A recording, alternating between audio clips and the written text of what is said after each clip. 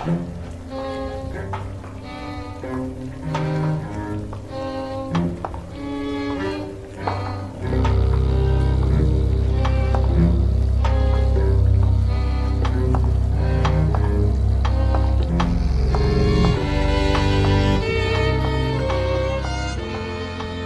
evening and welcome once again to the Gallery of Curiosities. This evening we have two tales for your pleasure, but first, a bit of business. We'll be taking short story submissions now until October the 31st of this year, and if you happen to be listening to this at some point in the future, please note that the year happens to be 2017. For further information, please find the submission page on our homepage, gallerycurious.com, or send an electronic letter to me personally at curiousgallery@gmail.com, and I'll have my mailboy answer you forthwith. Please do not send submissions outside of the designated window of September and October, as they will be deleted unread. I do, however, applaud your enthusiasm. Now, tonight's stories are about abandoned things. So many of the objects in my collection are abandoned.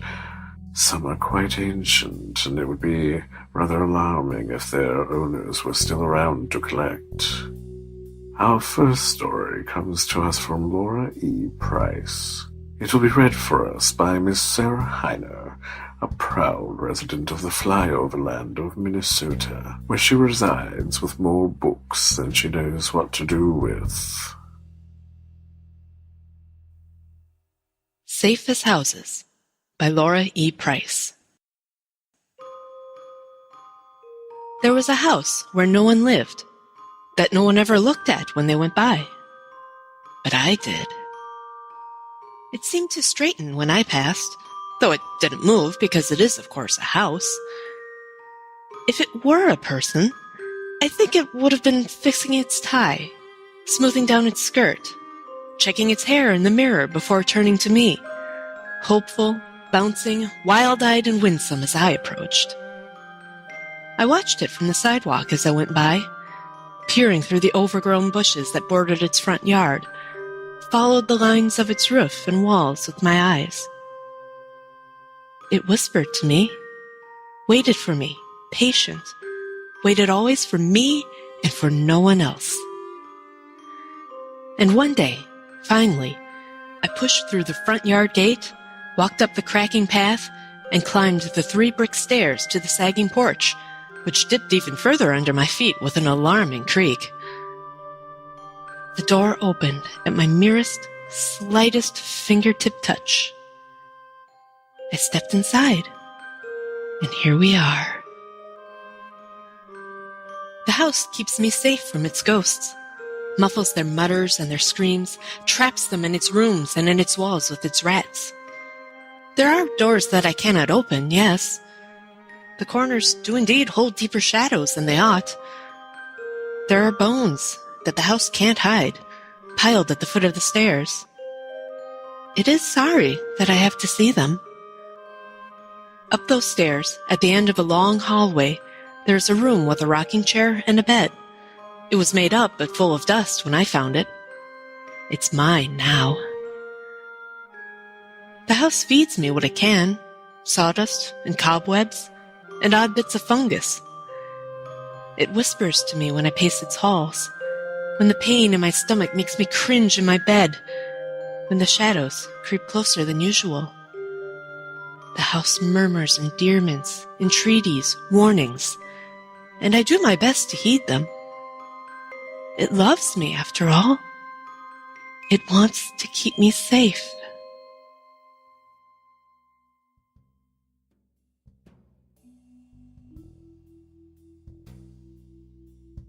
Laura E. Price lives in Florida with her husband and son in a perfectly ordinary house. Her stories have appeared in Cicada, on Spec, Strange Horizons, Beneath Ceaseless Skies and a forthcoming issue of Betwixt. You can find her blog at seldeny.wordpress.com. Our second story this evening is by Ms. Angela Enos. It will be read for us by Mr. Andrew McCurdy. Who let him out? The Automat's Automaton by Angela Enos.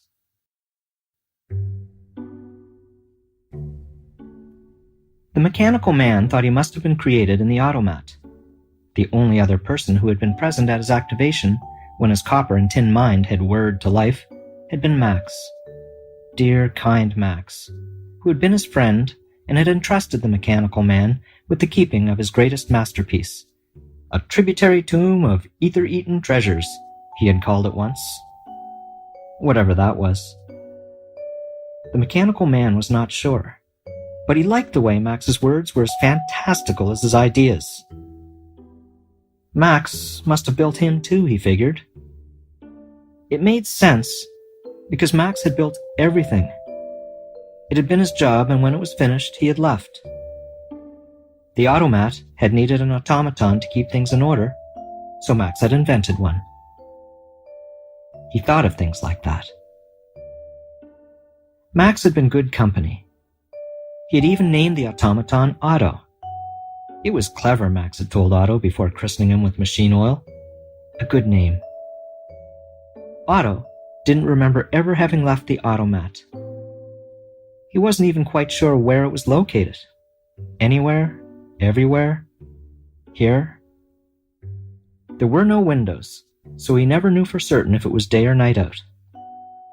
Night, Otto suspected. Always night. It was the feeling he had of being watched by stars, even if he couldn't see them. He had an idea of what stars should look like, but Otto wasn't really sure if he had ever actually seen them. When customers entered, it was through a revolving door, spinning brass and fog glass in the impression of night sneaking in with little puffs of dark air. Sometimes they left wet, icy footprints. Moments later, they tracked in freshly cut grass or sand, things that spoke of seasons and time passing, though with no particular orderliness. The customers rarely spoke, not to one another, and certainly not to Otto hidden away behind the machinery. The mechanical man operated behind the long banks of little glass doors, unseen by patrons as they searched for just the right box to feed their coins into. When they found what they were looking for, or something close enough to it, they turned the tiny lever that opened the case. Otto waited until they left to open the back of the little glass box from the other side and fill it with something new. The Automat never ran out of things to sell. That was the beauty of what it supplied. A woman in a snow-dusted coat bustled out through the revolving door hurriedly, exiting with a carpetbag of goods clutched tightly. She had been a good customer, emptying 3 whole compartments. From his dark, narrow alley behind the case, Otto carefully refilled the windows. A gold watch, a small barking dog, a locked diary without a key. People lost all kinds of things. This was where they ended up. Most of the compartments were small, because Max had known when he built the Automat that small things were the most easily lost. Keys, wedding rings, subway tokens, eyeglasses. Most of the Automat's contents could fit in the palm of a hand as easily as they slipped out of a pocket. These were the things that customers found easily, with sighs of relief and foolish, absent-minded grins. Simple, satisfying reunions. The larger items lived in huge glass cases, like exhibits at an aquarium. There was an entire biplane in the back of the Automat that no one had ever had enough coins to retrieve. But the leather aviator helmet that had come separately sold to a sad-faced man long ago. From his observations, Otto had learned that the person who found the item wasn't always the same one who had lost it. It made him sad that the owner would never be reunited with their goods, but it was the way of things. Besides, he wasn't allowed to intervene. Then they would know he was there, and that was against Max's rules. Once, a smug-looking man had come into the Automat with an empty briefcase and fat pockets overspilling with coins. He had fed hungry slots and turned levers in the aisle of lost homework until he had filled an entire briefcase with a century of misplaced arithmetic sums and Latin conjugations. He had left looking immensely satisfied. A young girl had come in by herself and browsed the hall of single pairs for hours, peering at Lone's socks and earrings until choosing 2 mismatched gloves that had been left in the back of 2 different taxicabs in 2 different countries 100 years apart. She bought a right and a left and scampered merrily out of the revolving doors. Sometimes unruly teenagers came into the Automat with book bags and entertained themselves by feeding slugs into the slots of items they had no business trying to buy. Engraved cigarette cases, pill boxes, rusted knives from the bottom of wells. Otto had to lock the compartment doors from his side of the wall when this happened, but he also knew how to run a small electric current through the levers when the ruffians tried to turn them. He wasn't sure if Max would approve, but it felt right. There was one case that Otto never needed to lock. It defied all efforts customers made to open it. There was no coin of any denomination or nationality that would release the lever and open the little gilded door.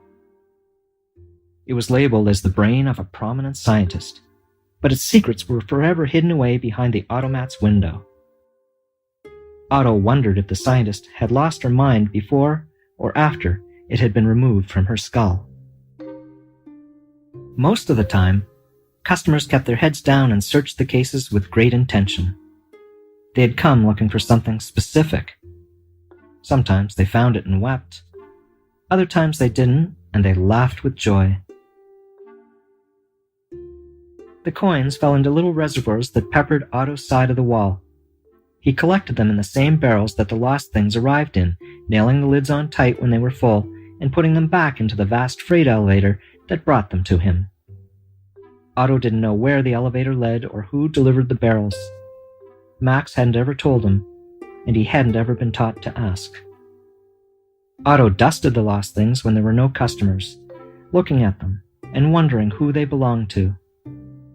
Some of them confused him, like the smallest compartments that held dollhouse-sized bottles labeled with ideas that Otto wasn't equipped to understand. Potential, innocence, dreams. The one marked Hope was sticky with feathers. Otto avoided that one, the same as he did the organic material that occasionally turned up in the barrels, sloshing in formaldehyde. Hands, teeth, organs. These things spoiled quickly, even on beds of ice. The Automat couldn't keep everything until it was found, even though it tried.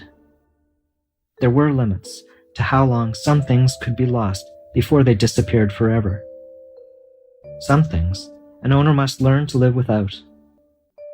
Otto did his best, but he couldn't stop time. He couldn't even tell what time it was. Night, he still thought. All was night. It felt like there were stars out.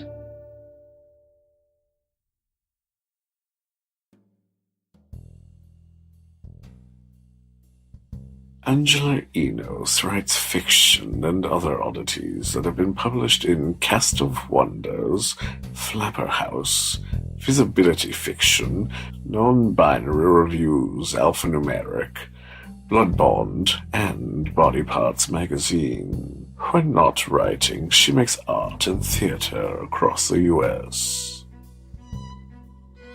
Well, unfortunately, that's all the time we have for this evening. Do come visit us next time at the Gallery of Curiosities.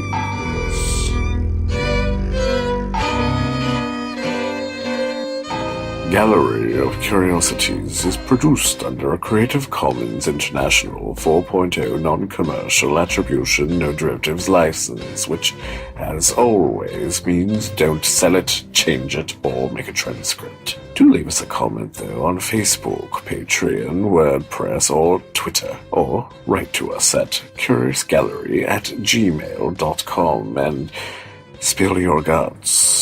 Our theme song, as always, is Ashes Ashes by Deus Ex Vapora Machina.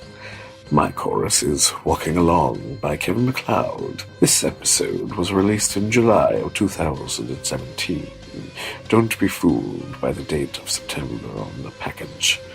For full show notes, visit us on the web at gallerycurious.com. You weren't aware we were taking submissions yet? Perhaps you should be following us on Twitter and Facebook.